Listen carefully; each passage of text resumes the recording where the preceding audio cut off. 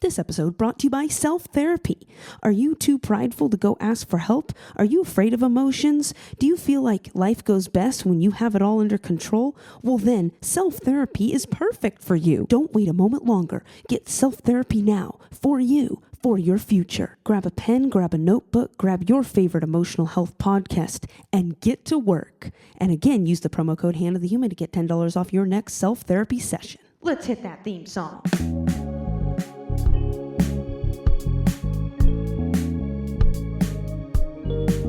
Oh, nice. We're going for like existential vibes.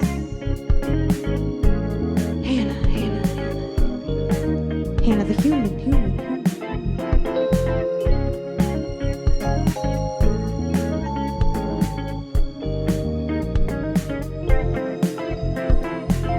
I can get down with it. Get down with it. Get down with it.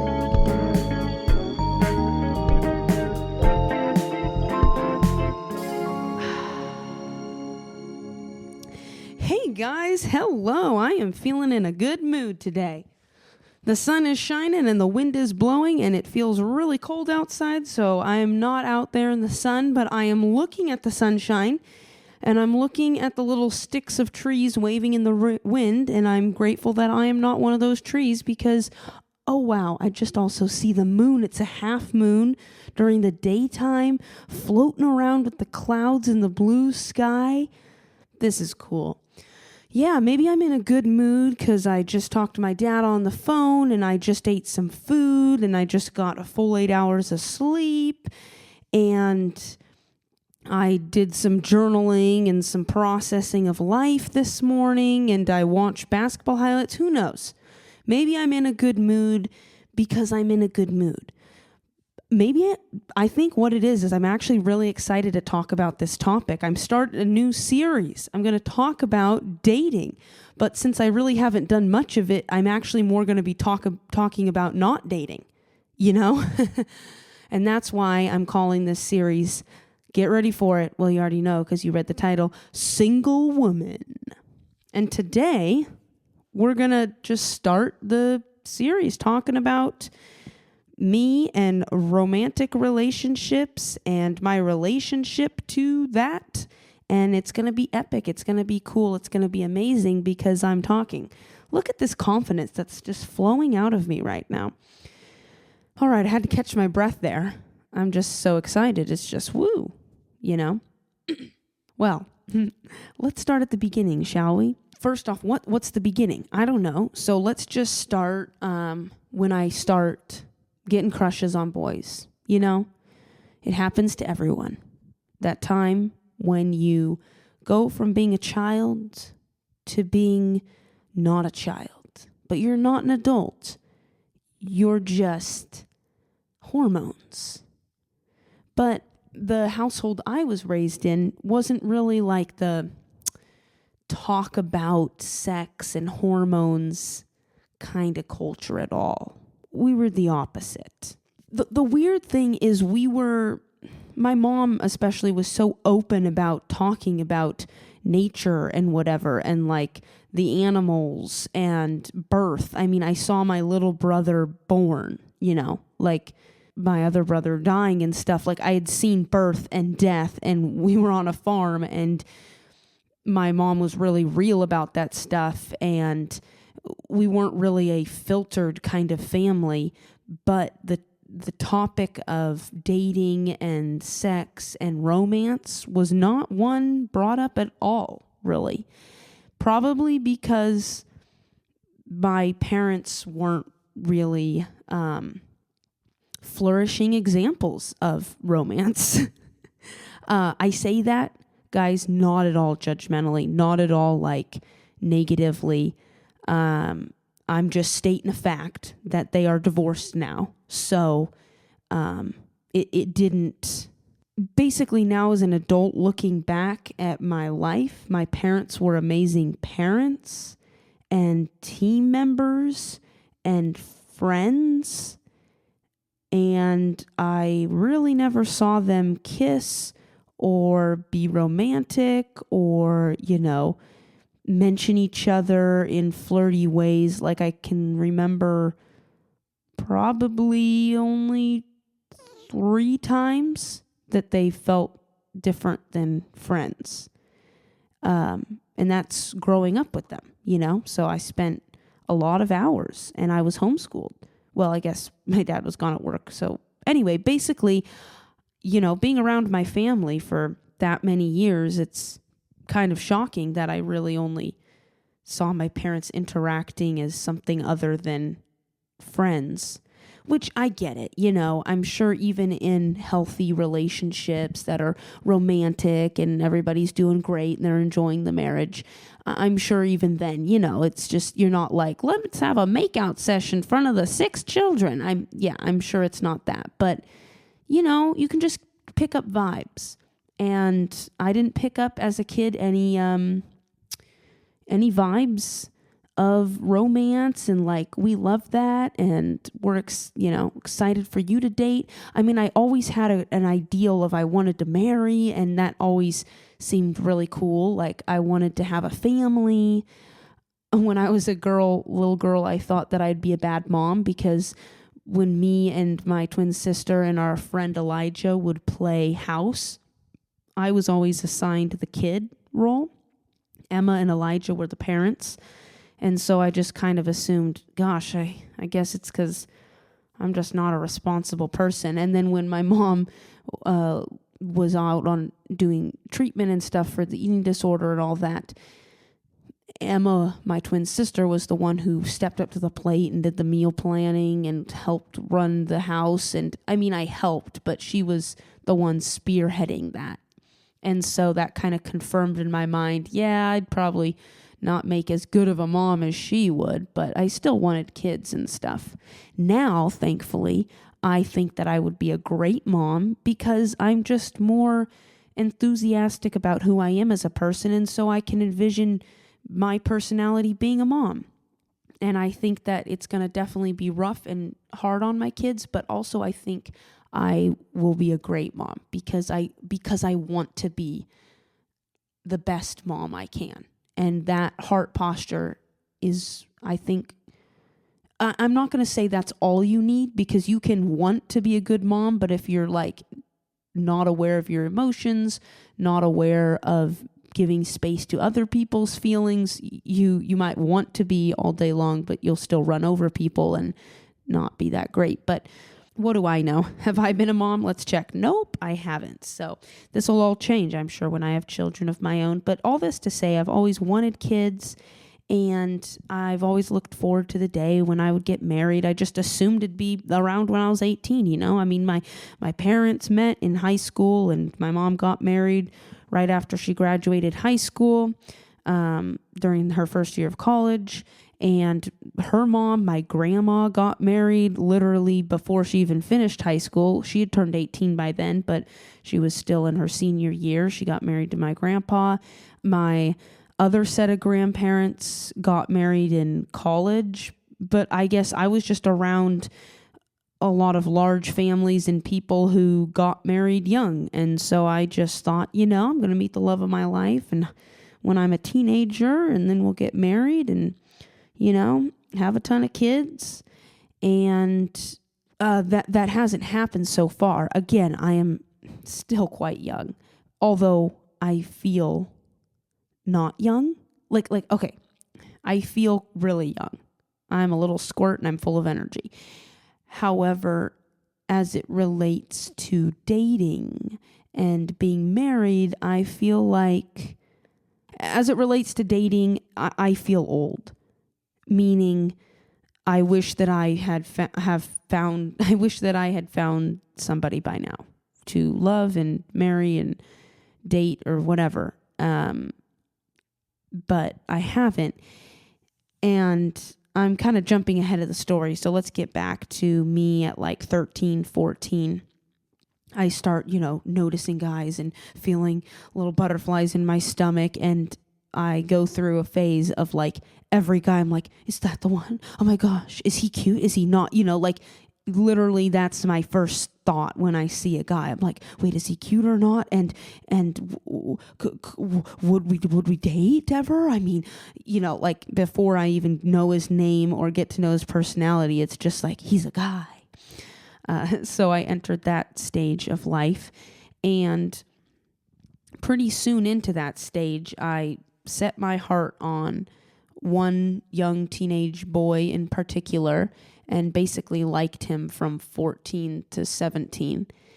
And I felt bad about that because the circle of people I was with at that time, the group that I got together on Saturdays, we do our Bible study and hang out, and that whole environment of people were really into betrothal and courtship and physical boundaries between people, especially when they date, but they would never really date because they didn't believe in dating. Basically, what I got from that group is that it's bad to even like somebody because you're liking somebody else's husband, which sounds really weird, but also like sort of I get why it made sense to me.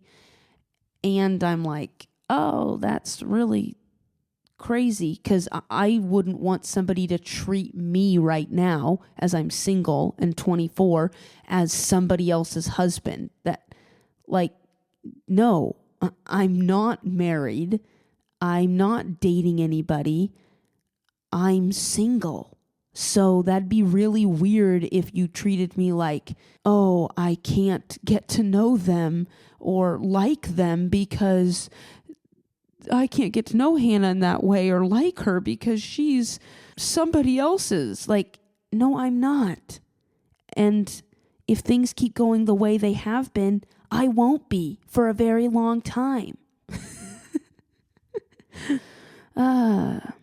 Basically, I had the experience as a teenager of, why doesn't somebody like me? Well, duh. Now looking back, I'm like, of course no one liked you, Hannah, because you literally made it wrong in your mind. You thought that people shouldn't feel that way about you. And so, shocker, they didn't, or you didn't realize if they did. And I just wasn't around a ton of guys. I was homeschooled, and my circle of people I knew was small, and yeah. And also, like, I had, certain standards in my mind, like, oh, well, I got to marry a Christian guy. And, oh, now I do this Sabbath Old Testament thing. So now I got to marry somebody or date somebody who has those values. Because in my mind, I didn't really see the point of dating unless I thought that, oh, this might be somebody that I could eventually marry. And so that's why I fell prey to this betrothal method. Let me explain it to all of you people who have never heard of this before. Because as crazy it may seem, there's a whole group of people where this is normal. This is just like, oh yeah, the betrothal method. Like, let's talk about dating. Let's talk about courtship. Let's talk about how we need to do this the right way. And for many of you, you're just running around happy little free people, just being decent human beings, You're not cheating on each other. And you're just trying to find somebody you're compatible with, and you're just going out on dates, and you're kissing people and being sweet and cute and sending Valentines and, just having a good life. Not the group of people I was around at 14, 15, 16, 17 years old. Basically, the concept is, why date when you could just bypass all that hardship and just wait for God to show you who you're going to marry, and then just marry that person? Because if you're going to marry him, you're going to get to know him the rest of your life. And so really extreme people in this betrothal method would be like, yeah, we didn't even hold hands until we said vows to each other.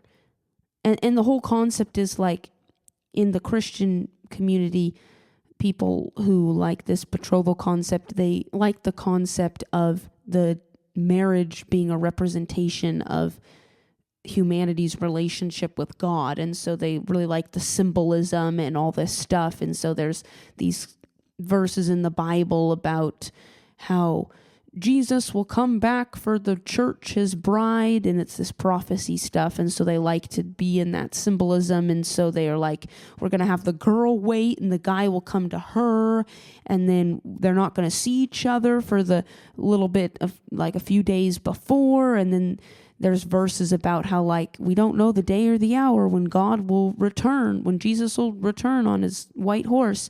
And so then the bride sits in or stands in her white dress and we don't know when she's going to show up, but then people blow horns and trumpets and then, whoa, across the field comes a guy on a literal white horse. Like, people have done this and it's a thing. It's a thing. It's gained a lot of momentum in Missouri. Actually, there's a lot of these betrothal people down there, which makes sense.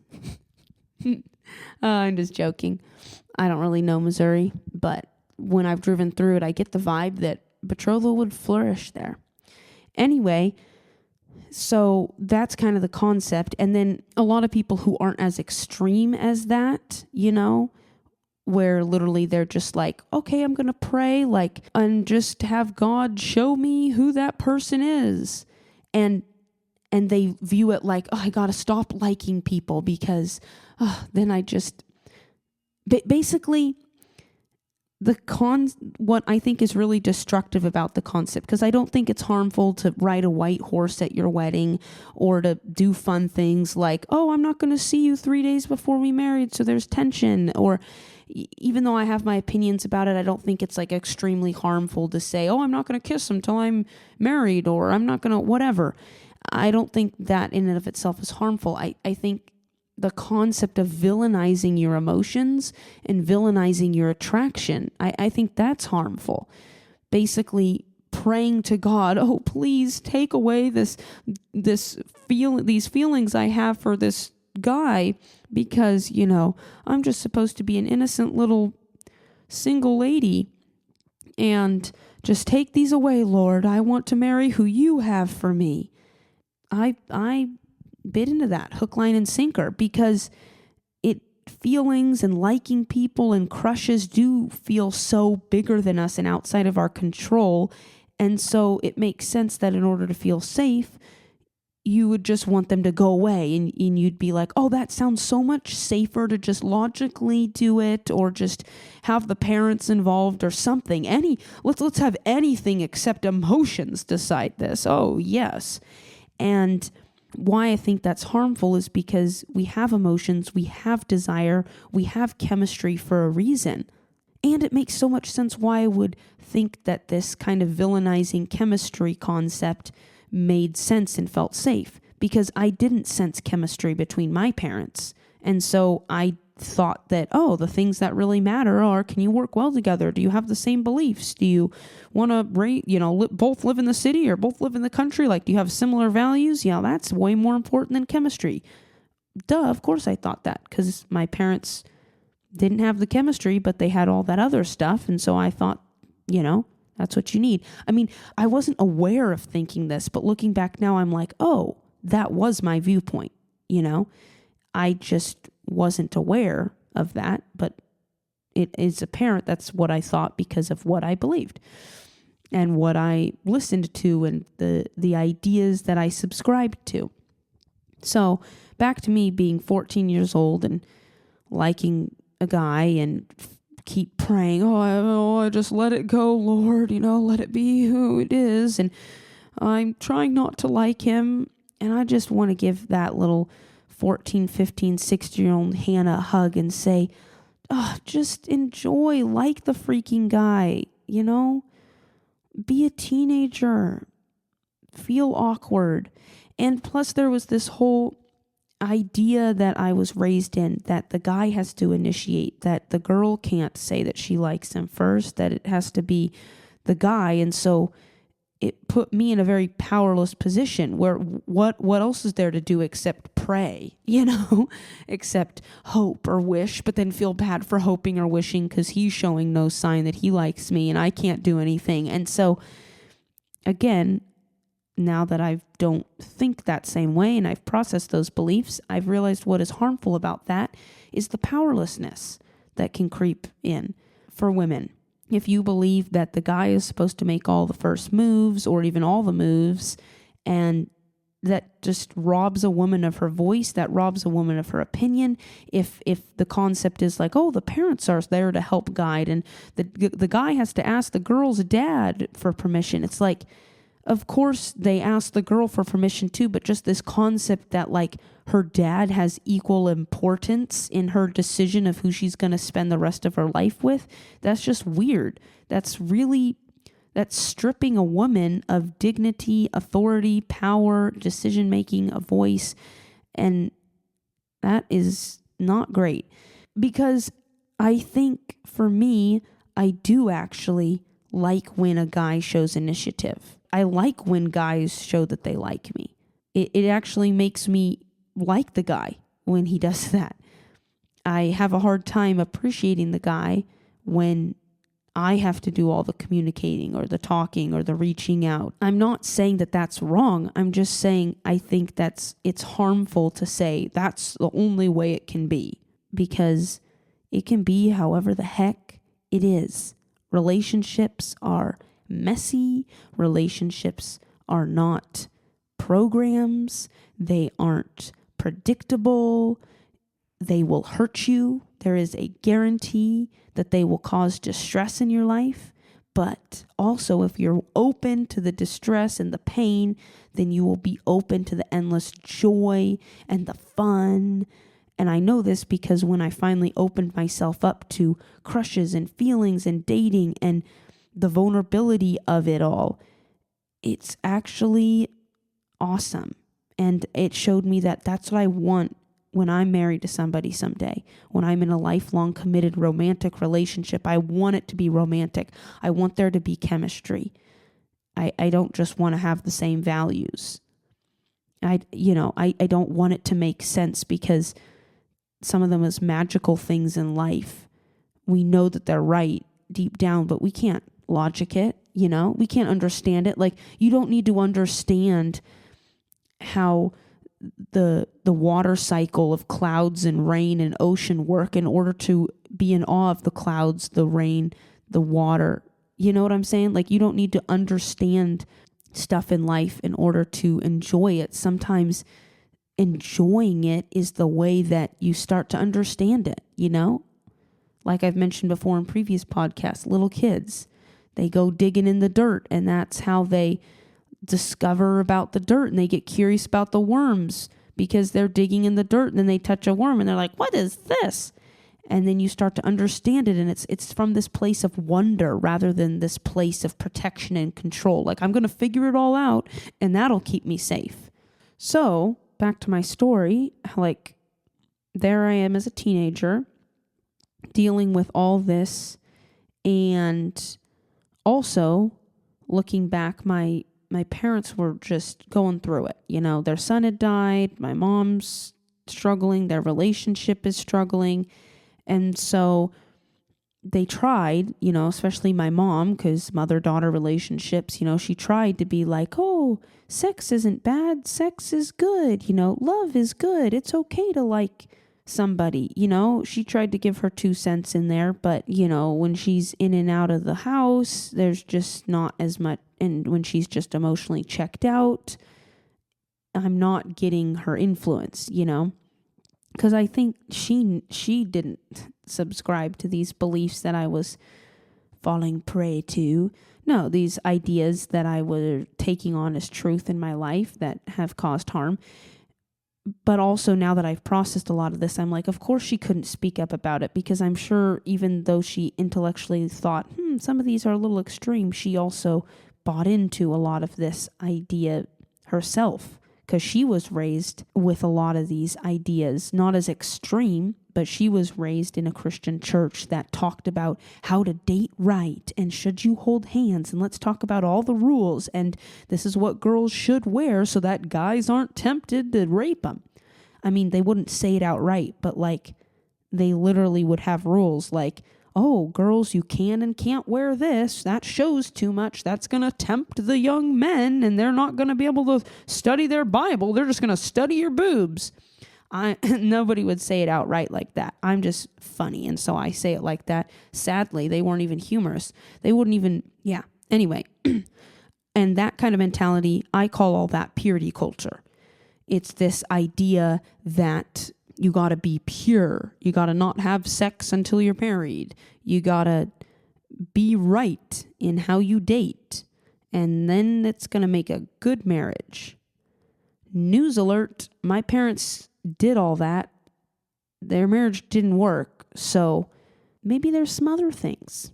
Maybe the shame that girls feel about their body when you tell them what they should and shouldn't wear, maybe that's a bit more harmful.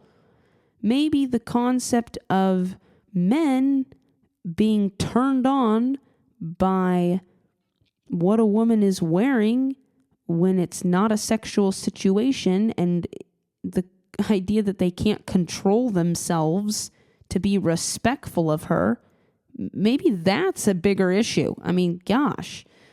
Yeah. When you're not in purity culture, it's very obvious how destructive purity culture is. But when you're in it, you don't see it. You just think, no, I'm not being shameful. I'm just having standards. Oh no, we're not saying that guys can't be controlled and you have to provide them sex in order for them not to turn to pornography. I mean, I'm saying that, but I'm not at all saying that women should provide obligation sex.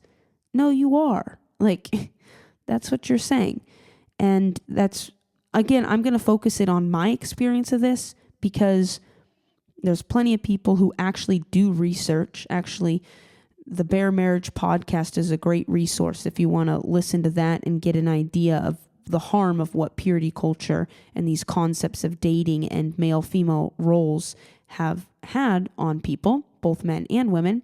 You can read their books, the book, The Great Sex Rescue. They talk about the harm of Christian teachings about relationships, specifically the result that it has on women. And they've done actually studies where they've surveyed people. Like they've done the scientific route. They're not just spouting off thoughts like I am.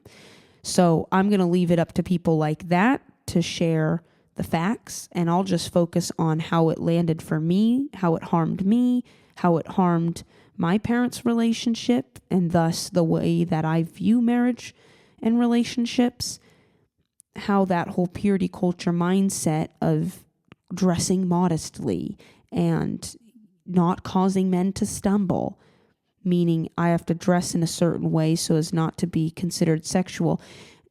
That, for me, the harm was it made sex this bad thing, even though they would then say, no, but it's wonderful as long as it's in the context of marriage. And I just think about it, like, even though my mom could say that, like if she wasn't having a great marriage where she's feeling like fully expressed sexually, and this is great, then she can say that all she wants. But what I'm picking up on are the vibes. And so for me, my experience of this purity culture mindset of these rules on how to date and when you should and shouldn't have sex, and this mindset of it's about being pure, it's about being right, it's all of that, the result that it had on me is I had shame about my body. I thought that being sexy was bad. I remember this one time during Valentine's, I was a kid, probably like 8 years old or something. And it was Valentine's. And so we were in like Walmart or a store or something. And they had a big display of hearts and all these little teddy bears with little notes or whatever. And one of them said something and had the word sexy on it. And I was like, what's that, Mom? And she was like, oh, that's a bad word. Well, I mean, I believed it as a kid. I just thought sexy was bad. Oh, it's bad to be sexy. And then that idea was confirmed by all these people and books telling me that, oh, if I'm sexy, then I'm not desirable to the righteous good men out there. You know, the boys who don't just want butt and boobs, the boys who want a good woman as their wife. So it just got confirmed. Got it. I shouldn't be sexy. I should just wear shapeless skirts and loose shirts, and that's beautiful because it's ugly. And now, it's hard. It's hard for me to see the girls and women wearing these shapeless clothes and multiple layers. And it's sad to me because they're not dressing to be proud of their bodies. They're dressing to cover up their bodies. They're dressing to cover up who they are. And it frustrates me because the men that are their fathers or their husbands or their brothers, those men and boys don't wear multiple layers. Those men and boys wear a shirt and pants. That's all. They're not wearing two shirts. They're not wearing an undershirt and an overshirt. They're not wearing a pair of pants and then a looser pair of pants over that pair of pants. It's just, it seems so unfair to me. So it's really hard for me to see any benefit from that. And there's just so much hypocrisy. And then what's interesting is I've just noticed a few different times that I've heard people share about guys who had trouble, like, oh, I can't look at women in bikinis. I just have to avert my eyes. Otherwise, I'll just start thinking thoughts and it'll take me down a rabbit trail of lusting after that woman's body. The crazy thing is, like, multiple times when I've heard that guys have that, they also have struggled, but they've also had a porn addiction. So, like, their view of women and bodies and sex is skewed by something being portrayed, not by actual sex. And so that also annoys me too, because all these books and these messages and sermons about how men are just more visual and girls, you got to dress modestly so that the men aren't distracted. That's coming from men who are watching porn. It's coming from men who have a skewed perception. That would be like an alcoholic writing books on how you should interact with alcohol in your life, because everybody feels this way. Maybe other alcoholics will, but no, not everybody needs to avert their eyes from a bar and not hang out with people who drink wine. Like, that may be what one alcoholic needs to do, but that's not at all natural. That's actually a sign you have an issue with that, and so you are taking the steps to avoid that issue. But then these books are written, these sermons are said, these messages are sent out to specifically young Christian women, and I've experienced these messages and the reception of them. They're being sent out by this skewed vision of men. They're being sent out by pornaholics. Anyway, I'm not going to get on a rant because I'm getting away from my story. But I hope that this illustrates to you in some way. I'm not clearly saying it, but I hope the point gets across some of the ways that this messaging around relationships and dating and my female body and sexuality, how destructive it is and how it was not helpful for me. And hopefully you'll understand why I'm passionate about this and why I will not stand by and let people say things like, wow, well, she was just wearing something that was asking for people to feel her up. I will not stand by that. That is unacceptable. I won't even let people say comments like, even other women, I really get defensive about that when I hear other women who say stuff to support this modesty, purity narrative. And I'm like, girl, no, let's not say that. Let's not succumb to the poor logic supported by bad theology that is destroying women and girls and marriage and relationships. I feel passionate about this because this is my life. Because I've had to spend years rewriting the narrative of what sexuality is in my life. I've had to spend years processing how I view relationships. I've had to spend years, and I'm not exaggerating by this, I literally mean I've had to spend years rewriting how I view my body. If you would have asked me 5-6 years ago, oh, do you have shame about your body? I would have said no. but I did. And I've had to process being confident in my body, being confident in being sexy, because I am. And because if I want a wonderful sexual relationship someday, I better have a wonderful relationship with my sexuality. Just like if I want to be emotionally healthy in relationships, I better be emotionally healthy to my own self. I better start understanding emotions and how they work. If I want to be physically healthy, I better start looking at my relationship with food and exercise and health. And so I've had to look at my relationship with sexuality, with femininity, with dating, with relationships, with romance. And I've rewritten a lot of it because a lot of what I previously believed was limiting, was harmful, and was not producing the results I wanted. Because like I said, I want a marriage relationship someday. And I want to be happy and confident, and I want to be in love with life. You know, I don't want to be living trying to stay safe. That's why after my teenage years, I go to an internship and the rules are no dating. So I don't really address anything there. I'm just focused on learning about the Bible and going on missions trips. And of course, there's weirdness there, the whole no dating rule. And, some people got kicked out of the program because, they had sex before they did the program. And, it's like so sad that even this other church that wasn't as extreme in their betrothal purity culture at all, like they were normal. Like they thought, you should date and then you get married. Still, there was so much weirdness around it. Like it was just the sin above all sins.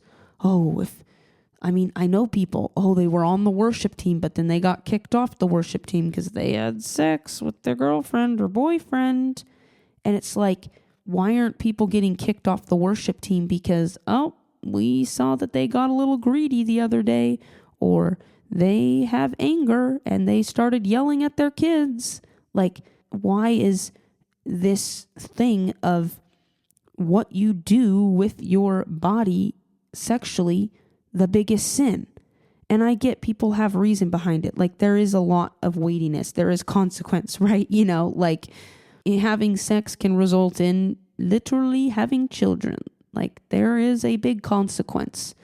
There's also hormones and stuff that are released in that can connect you with somebody when it's not healthy to be connected to them. And so I get it. There's a big deal. And then some people have beliefs like it's a spiritual thing happens when you have sex with someone.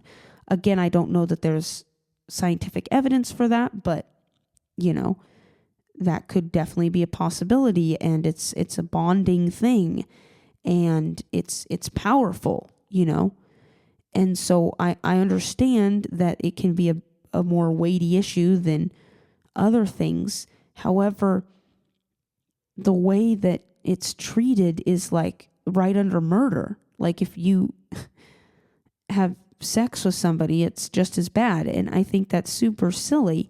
But going back to my story in my life, after my teenage years, I'm done being in that super conservative betrothal group.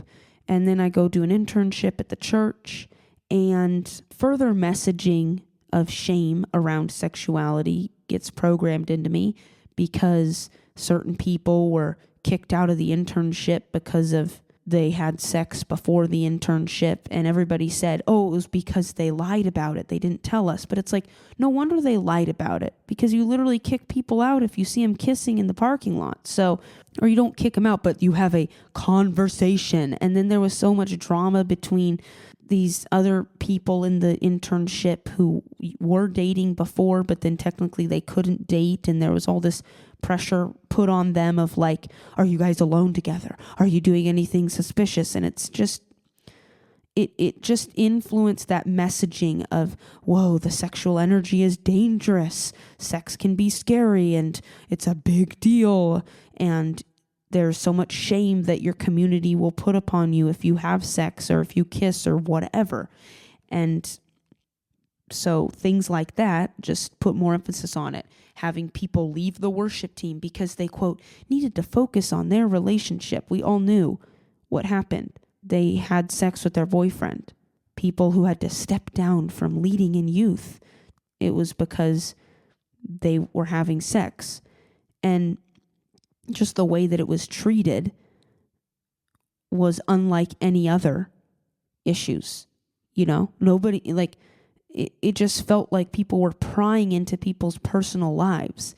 And I do get the concept of if a pastor thinks that it's really important that somebody doesn't have sex unless they're married, because if they do, then it's a sin. I would get why they would say, oh, if you're going to serve on our worship team or teach our youth, you need to believe how we believe. But that gets into the whole concept of control that just keeps surfacing around this whole area of sexuality. So I'm just sharing these things that happened in the group and church and whatever as it pertains to my view on relationships. The result of treating sexuality this way and people having sex this way in the church environments I was in, the result on me was that it just added more shame to the concept of being sexy. It just added more weirdness and disconnection to my own body and to my own wants, and it villainized, in my mind, dating and romance, and it made it a big deal, and it made it weird, and it made in my mind, I thought that the more rules you had around dating, the better, and the more holy and sanctified and wonderful you were, and your relationship would be better too. So then I'm done with that internship the first year, and now technically I'm allowed to date if I want to, but there is nobody I would date. I mean, I kind of had this crush on another guy who was in the internship, and again, did I do anything about it? No, because I was convinced that women can't initiate at all. And so I just kind of liked this guy, and I tried not to, because I'm supposed to be focused on not just being distracted by guys. That's so dumb. I need to be focused on the holy call of God in my life and doing things like music that aren't dangerous, but sex is. That's just what my brain thought. And then I'm done with that second year of internship, and something shifted for me when I was 20, a little bit after I turned 20 years old. I think it's because I was done with doing internships in school, and I'm working full-time at Chipotle, and I suddenly felt like an adult, and I suddenly felt single. And that was a weird shift, because before I used to feel like, I want a relationship and that would be cool to have, but I didn't feel single. But something shifted where suddenly I noticed how lacking of a partner I had. There's no one I get to come home to tonight. There's no one I'm building a life with. And it no longer was just, I want to be married someday and that'll be so cool. And oh man, I would love if I had a guy. It shifted to, wow, I'm alone. That's when I started to look at, what do I actually think about relationships? Because I say that I want a marriage someday, but I've never gone out with a guy. I've never gone on a date. I am single. And I began to notice all these beliefs and stuff that I had. And that's when I started my process of looking into all this. And my journey on deciding how I wanted to interact with sexuality personally for myself. And I'm going to go into that next episode. Ooh, yay! Because this is a series. Single Woman series. Yeah. In the next episode, I'll also go into more depth of what I mean by what it is to have a relationship with sexuality. I kind of explained my beliefs and stuff that I gleaned as a teenager and built into my beliefs on sex and dating and relationships. And so next episode, I'll go into me breaking that down and my thoughts on why it's important to have an opinion and a relationship with your own sexuality. And by that, I mean the part of you that is sexual, the part of you that is hormonal, the part of you that is made to be have a sexual experience and existence. Like there's a lot of judgment and hush about that in previous generations and even in the current times in the groups that I was raised in. And so that's why I think it's important to talk about. So I will talk about more of that. Again, it's going to be appropriate because I know my grandparents and parents listen to this. And so it'll be fun. Yeah, so I'm excited to share that. I'm excited to get into what I've discovered along the way once I finally gave myself permission to date, Wow, what a wonder. Once I started breaking down my beliefs, stuff started happening. So stay tuned for that. And as usual, I'm going to end this with a little creative moment. I've decided that I'm going to play a little bit of a recording that I recorded when I was a teenager, talking about love and how I don't know anything about it. So you can kind of get a little glimpse of what I was thinking about back then. All right, here it is. There are so many heavy things that I could let weigh upon my mind. So many things I do not understand. So much I do not want to understand. When everything is said and done, minds will finally rest enough to dream.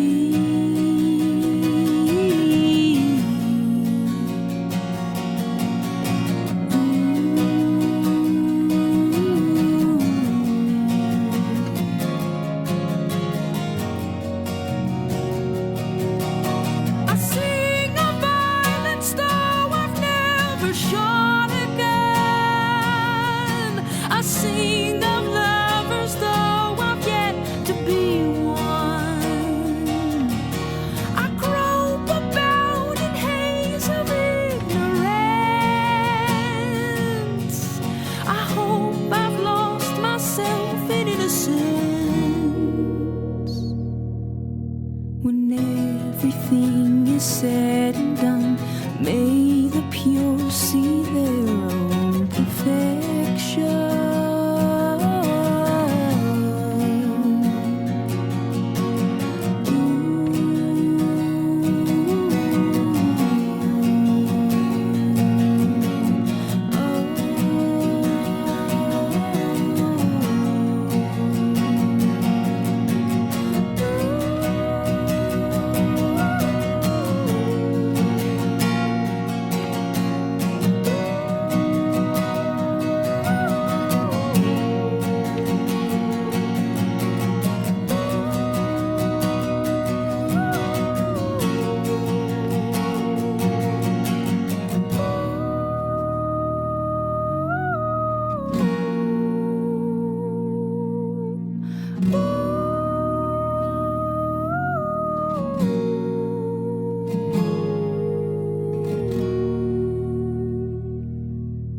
There are so many heavy things that I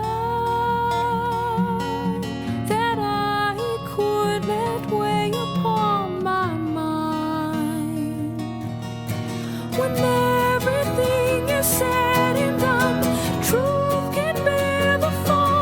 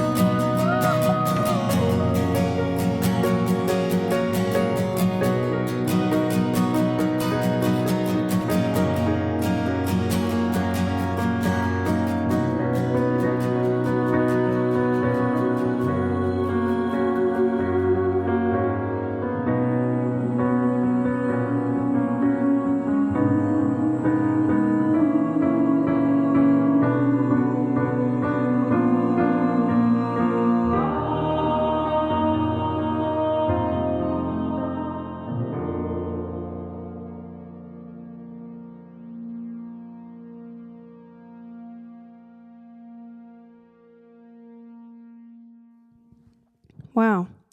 I need to write some better songs now. I mean, that line, truth can bear the folly of the young. Gosh, that's good. I think I wrote that at 14 or 15. Well, I really liked listening back to that song because it just kind of encapsulated me as a teenager. And I hope you enjoyed it as much as I did. And talk to you next week, people. Peace out.